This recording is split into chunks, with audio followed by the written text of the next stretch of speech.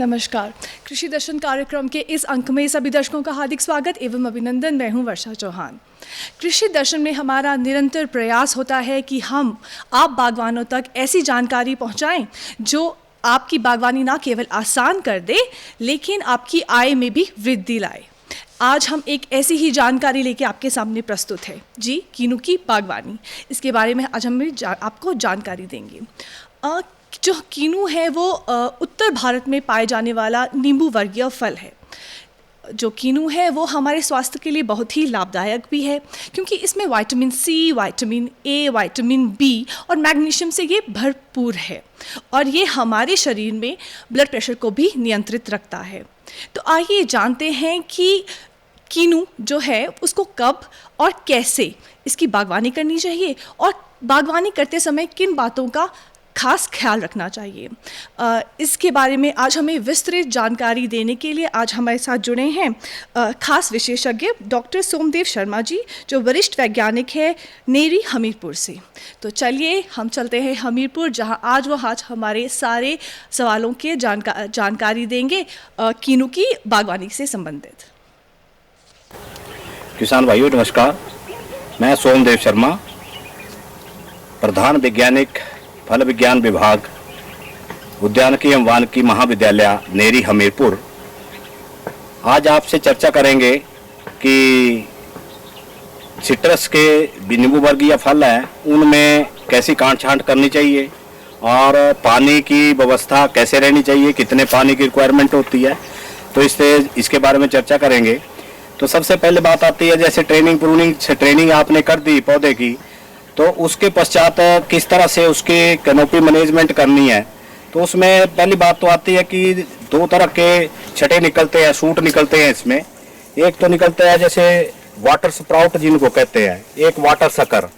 तो water sprout जिनको कहते हैं ऐसी टहनियाँ निकलती हैं, जैसे मान लो ये टहनी है और इसके ऊपर से सीधा इस तरह से टहनियाँ निकलती हैं। इसे सारे बगीचे में तो निकालते रहते हैं समय पे, तो उस तरह की सीधी टहनियाँ निकलती हैं और वो मोटी होती हैं और कांटे होते हैं उसमें भी। और उसके अगर उनको रखते हैं तो आगे का पौधा पूरा सूख जाता है। तो वो जैसे निकलता है, चाहे तो बरसात के दिनों में निकलता है, मार्च अप्रैल के महीने में निकलता है और सितंबर अक्टूबर में निकलता है, उसी समय उसको अंगूठे से निकाल देते हैं और आसानी से निकल जाता है क्योंकि वो वहाँ पर जुड़ा होता है मामूली से। तो दूसरी बात आती है कि वाटर स्प्राउट भी आते, सकर्स आते हैं। तो सकर्स के वो तने के पास से निकलते हैं, झुंड के झुंड निकलते हैं कई बार। तो इस तरह की परिस्थिति आती है, तो उसको भी आप मसल के निकालते रहते हैं। जैसे तो तने के पास से अगर निकलते हैं, इनमें सब में निकाल दिए हुए, तो जब 3-4 साल का होता है तो उस तरह की समस्या कम आती है। लेकिन वाटर स्प्राउट जो है वो बहुत सामान्यता निकलते रहते हैं। तो ये दो बातें आती हैं। तीसरी बात इसमें आती है कि इसे कैसे आपने टहनी की अन्य और कैसे प्रूनिंग करनी है। जो सूखी टहनी है या आप जो इसकी बीमारी से ग्रसित है, कैंकर से ग्रसित है, किसी प्रकार की है, तो उस टाइम आप उसकी टहनियों को निकालते हैं। और ध्यान रहे कि आप जो कैंची का प्रयोग करते हैं वो कैंची बिल्कुल से सैनिटाइज होनी चाहिए। उसमें चाहे तो आप किसी स्पिरिट में उसमें डिप होनी चाहिए, एक पौधे से दूसरे पौधे में जब वो ले जानी है। नहीं तो वायरस की समस्या जो बनती है वो एक पौधे में अगर बगीचे में है तो पूरे बगीचे में वो चले जाएगी। तो उससे भी बचने की आपको सावधानी बरतनी पड़ती है। तो इसके अलावा बात आती है कि अब कैसे आप इसकी मेंटेन करेंगे शेप प्रूनिंग से। तो दो तरह के कट लगाए जाते हैं, एक थिनिंग आउट होता है, एक हेडिंग बैक होता है। हेडिंग बैक का मतलब है भाई ये टहनी है तो यहाँ से काट दी आपने, तो यहाँ से काटेंगे तो 8-10 टहनियाँ साथ में निकलेंगी। तो आपने ध्यान देना है कि ऊपर को निकलने वाली जो टहनी है इस एंगल पे वो नहीं रखेंगे, या तो पैरेलल रखेंगे या डाउन रखेंगे उसके साथ। अगर उसके साथ सीधी टहनी रखी तो वो ग्रो करेगी और बाकी ग्रो नहीं करेगी। तो और पूरे झुंड को भी नहीं रखते, 8-10 को रखते हैं, तो वहाँ थिनिंग करेंगे, 3-4 टहनी आप उसमें सेलेक्ट करेंगे। ये सामान्यतः कट पे होता है और इस तरह का कट कम देने पड़ते हैं उसमें अगर आपने थिनिंग आउट ज्यादा होता है, मान लो ये सूख रही है या बहुत बढ़ रही है, तो यहीं से आप निकाल देंगे उसको। यहाँ से अगर टहनी निकाल दी तो स्वाभाविक है वो अपने आप में एक बड़ी अच्छी ग्रोथ कर लेती है। तो थिनिंग आउट का भी बराबर एक महत्व रहता है और हेडिंग बैक का भी। इसके पश्चात बात आती है कि आपने जब ये सारी व्यवस्था कर ली तो पानी की व्यवस्था कैसे करनी है, क्योंकि एक विषय तो आपका आ गया कि पौधा किस तरह से लगाना और सारी बातें आ गई। दूसरी बात आती है कि अब पानी अगर नहीं है तो नींबू प्रजातीय वर्ग या फलों में खेती नहीं की जा सकती है, सफल खेती नहीं की जा सकती है, सूखे में नहीं होती है।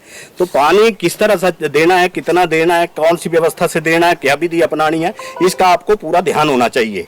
तो इसके बारे में आपको ध्यान करने के लिए पानी ये नहीं है कि पानी आपने देना है, उसका ज्ञान होना चाहिए। पानी के पहले आपको पता होना चाहिए कि इसमें किस तरह की ग्रोथ होती है, बड़ी वृद्धि कैसे होती है। आम की, अमरूद की, नींबू की, आड़ू की, सेब की, सभी फलों में अलग अलग तरह की अपनी पानी की रिक्वायरमेंट होती है और जगह के हिसाब से होती है। तो आपको ध्यान होना चाहिए कि इसमें ग्रोथ कितनी आती है, फ्लसेस कितने आते हैं। तो आपने देखा है कि फल 9 से 11 महीने तक नींबू प्रजातीय फलों में पेड़ों पे टिका रहता है। एक बात यह रहती है। दूसरी बात आपको ध्यान रखनी चाहिए कि इसमें ग्रोथ कितनी आती है। तो 2-3 बार इसमें ग्रोथ फ्लसेस आते हैं। सामान्यतः 2 आते हैं, एक फरवरी मार्च में आता है, एक जुलाई अगस्त में आता है, और बीच में कहीं दोबारा निकलता रहता है, प्रो निकलते रहते हैं, सूट निकलते रहते हैं। तो ये रहती है। तीसरा है कि इसके फल जब लगने हैं उससे पहले फूल लगने हैं, तो फूल की सेटिंग और उसके बीच में फ्लावर डिफरेंशिएशन कैसे होना, फलों के बीच से जो आपको दिखेगा नहीं, और उसके बड की, जैसे आप ये किन्नू की बात देख रहे हैं यहाँ पर, या मौसम्बी की देख रहे हैं, या स्वीट ऑरेंज की देख रहे हैं, मैंडरीन की देख रहे हैं, तो इनमें फ्लावर डिफरेंशिएशन इनिशिएशन साथ साथ चला हुआ है। तो लगभग पूरा साल पर इसमें कोई डोरमेंसी नहीं होती है, रुकता नहीं है, ज़्यादा स्ट्रेस वो उसमें नहीं जाता है, तो लोड रहता है। तो पानी की व्यवस्था वो आपको ध्यान रहने चाहिए इन ग्रोथ फ्लसेस का। तो उसके साथ ही आप जो देखेंगे बियरिंग बिहेवियर का भी ध्यान आ गया, फ्रूट सेट का भी आ गया, फ्रूट डेवलपमेंट का, फल जो लग गया पर फरवरी मार्च में, उसके बाद फल कैसे बढ़ता है। तो थोड़े से दिन के 2 महीने में फल कम बढ़ता है, फिर उसके बाद ग्रैंड ग्रोथ होती है, बहुत अच्छा फल बढ़ेगा। उसके बाद फिर क्वालिटी की तरफ को जाएगा। जैसे स्टेम है तो स्टेम की स्टेम बढ़वार हो चुकी है, अब इसमें मिठास आएगी। और ये आपको ध्यान रहना चाहिए कि कितनी रिक्वायरमेंट आपको पानी की बनती है। तो ये सब बातों का ज्ञान आपको होना चाहिए मैच्योरिटी तक के, हार्वेस्टिंग तक आपको पूरा फल का, पेड़ का एक उसकी जो अपनी प्रक्रिया है उसका पूरी तरह से ध्यान होना चाहिए। अब बात आती है कि हिमाचल प्रदेश के इस उपोष्ण जलवायु में पानी की व्यवस्था कितनी है। तो पानी की व्यवस्था अगर हम अपने दिन से हिसाब से देखें तो यहाँ पर 1000 की एवरेज mm बारिश तक होती है, 1200 भी होती है, 1100 भी होती है, उन्ना हमीरपुर वगैरह जिलों में इनमें 800-900 तक होती है। तो एक बहुत अच्छी बारिश रेनफॉल होता है और उसमें अच्छा पानी होता है। तो उसकी एकत्रीकरण कैसे करें। अगर आप मान लो 4 बीघे 1 एकड़ है या 2 एकड़ जगह है आपके पास, उसमें आधे बीघे से भी कम अगर एरिया में एक 15-20 फुट गहरा आप एक तालाब बना दें तो 2 महीने के लिए आपका गुजारा हो जाता है। सर्दियों के बाद आपको अप्रैल से लेकर के जून तक पानी चाहिए, और बीच में बरसात बहुत अच्छी होती है सारे एरिया में। और उसके बाद फिर आप नवंबर दिसंबर का जो स्ट्रेस होता है उसमें सितंबर 15 के बाद जो थोड़ा सूखा पड़ता है वो भी भारी स्ट्रेस होता है। उस टाइम के लिए बरसात में जमा पानी हो जाता है, सर्दियों के लिए गर्मियों के लिए सर्दियों में जमा हो जाता है। तो उससे आप व्यवस्था बना सकते हैं।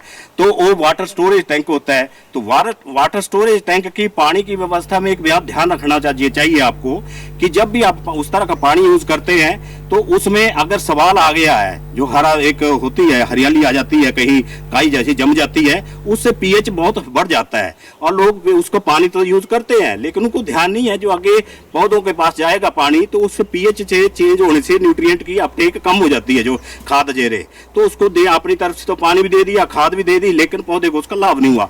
तो वहां पर काई या सवाल नहीं होना चाहिए। अगर है तो उसका ट्रीटमेंट किया जाता है। दूसरी बात आती है अगर नदी से पानी उठाया हुआ शुद्ध पानी है, उसका पीएच जो है बहुत अच्छा होता है, 7 के आसपास होता है, तो उसका आप सदुपयोग करना चाहिए। और हिमाचल में माकूल है इस तरह का पानी की व्यवस्था। तीसरी बात आती है कि अगर कहीं बोरवेल से निकाल रहे हैं आप तो वहाँ कहीं कैल्शियम भी ज़्यादा होता है और अन्य साल्ट भी बहुत ज़्यादा होते हैं, तो आपको चेक करा लेना चाहिए। तो उसी हिसाब से उसका ट्रीटमेंट करना चाहिए। अब बात आती है कि जब इस तरह का व्यवस्था है आपके पास, अब पानी व्यवस्था हो गई तो आप क्या करेंगे उसके कि किस विधि से पानी देना है आपने, ये आपको ध्यान होना चाहिए। कि कुछ तो है कि अगर प्लेन में है, जैसे अब पंजाब, हरियाणा, उत्तर प्रदेश या इसमें महाराष्ट्र में, मध्य प्रदेश में लोगों के पास पानी होता है तो कूल लगाते हैं। तो नींबू प्रजाति या फलों में अगर आपने बहुत सही उत्तम खेती करनी है, अच्छी गुणवत्ता लेनी है, तो ये ध्यान रखें कि आपको बूंद बूंद विधि ही अपनानी चाहिए। और बूंद बूंद विधि में, लेकिन किसान भाइयों को मैंने देखा है सामान्यतः कि उसके ऊपर विश्वास नहीं करते हैं। जब तक वो कहीं कूल से पानी नहीं देंगे तब तक उनको कोई तसल्ली नहीं होगी। उससे क्या होता है कि जब आप पानी बहुत ज्यादा देंगे तो 4 दिन 5 दिन तक उसमें पाँव नहीं रख सकते हैं, अर्थात उसमें फील्ड कैपेसिटी 72 नहीं आती है। पानी ऐसा होना चाहिए 24 घंटे बाय 7 7 दिन 365 दिन तक। अगर मुट्ठी में आप पानी जैसे उठा लेते हैं इस तरह से और इस तरह का पानी होता है तो ये लगी मिट्टी जो है इस तरह की रहनी चाहिए 24 घंटे, तो इसमें पौधा जो है न्यूट्रिएंट उठाए रहता है, लगातार अपटेक करता रहता है। ये व्यवस्था बनी रहनी चाहिए। अगर इसमें आप 4 दिन पानी कूल से लगाते हैं, तौलिया भर देते हैं, पाइप से भर देते हैं, तो वो 4 दिन तक सफोकेटेड रहेगा पानी पौधे की जड़ें, और उसमें ऑक्सीजन नहीं जाएगी, कार्बन डाइऑक्साइड उसका एक्सचेंज नहीं होगा। वो जो एक सांस लेने की प्रक्रिया समझिए आप इसको मोटे तौर पर, तो वो नहीं हो पाती है। तो उससे बचाव करने के लिए बूंद बूंद विधि का अपनानी चाहिए। और बूंद बूंद विधि में ध्यान रखना होता है कि नया जैसे बगीचा लगाते हैं तो कई बार मैंने देखा कि एक लेटरल बिछाते हैं, जिसको ये कहते हैं लेटरल कहते हैं हम इसको। तो ये लेटरल एक बिछाते हैं, पहले साल तो ठीक है मान लिया आपकी, और 10 सेंटीमीटर साथ में इतने दूरी पे आप रख सकते हैं ताकि 45 सेंटीमीटर का एक घड़ा के आकार बनता है। तो लेकिन दूसरे तीसरे साल बढ़वार अच्छी हो जाती है तो आपको 1 फुट इधर को करनी पड़ती है, और दूसरा लेटरल साथ में 1 फुट तने से दूसरी तरफ को चाहिए।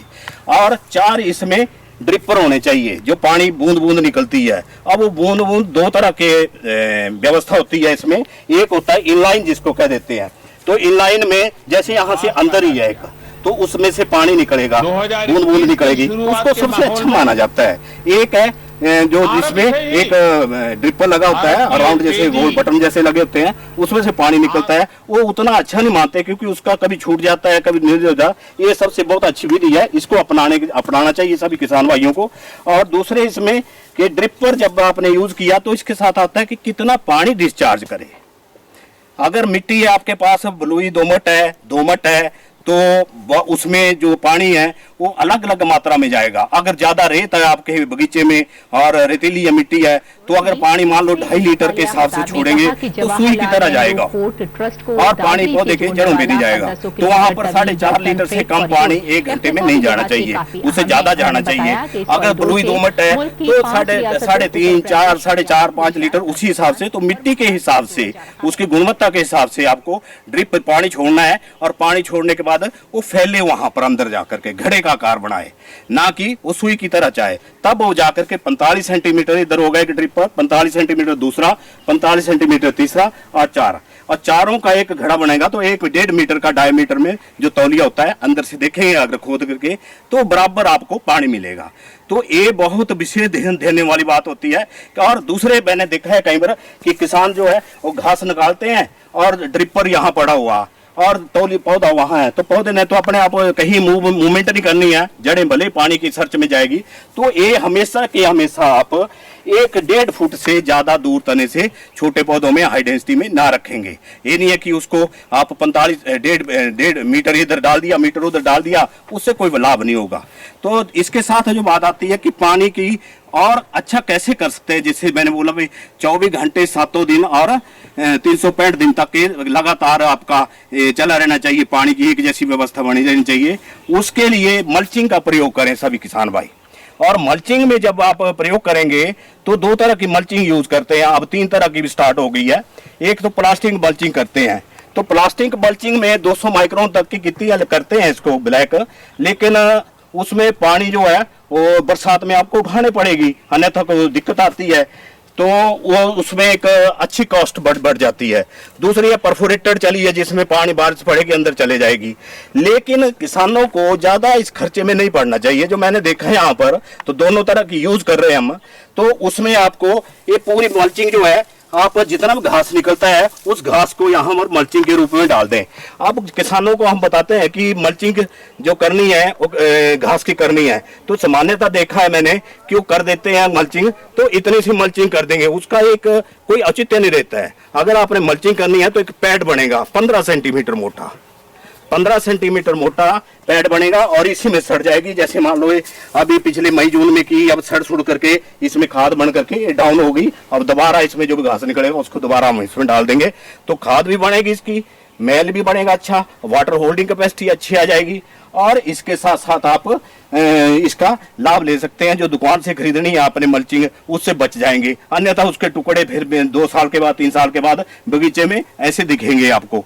तो लोगों किसानों को इसके ऊपर ध्यान देने की आवश्यकता है कि मल्चिंग जो अगर ग्रास मल्चिंग करते हैं, भले ही आप किसी धान का पराल है उसका यूज कर लें, आप कोई भी मल्चिंग घास जो घास निकलता है कैसी भी है, कोई बूटी है किस तरह की नीले फूलणों वाली, सफेद फूलणों वाली, ये मिट्टी बूटियां हैं, इसको उठा करके आप तौलिए में डालें और इससे उपज बढ़ेगी, गुणवत्ता बढ़ेगी। जब आपकी मिट्टी अच्छी होगी और आप ध्यान दें कि मैंने तो ये देखा है कि जब मल्चिंग हटाएंगे आप तो यहाँ पर केचुए हर वक्त पूरा साल भर दिखेंगे जो कि गायब हो गए थे।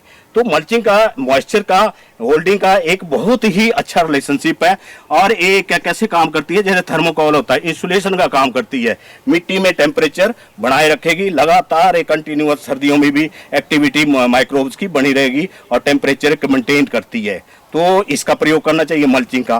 तो इस तरह से पानी की रिक्वायरमेंट, प्रूनिंग और ये सब बातें इस तरह के ध्यान बात आती है।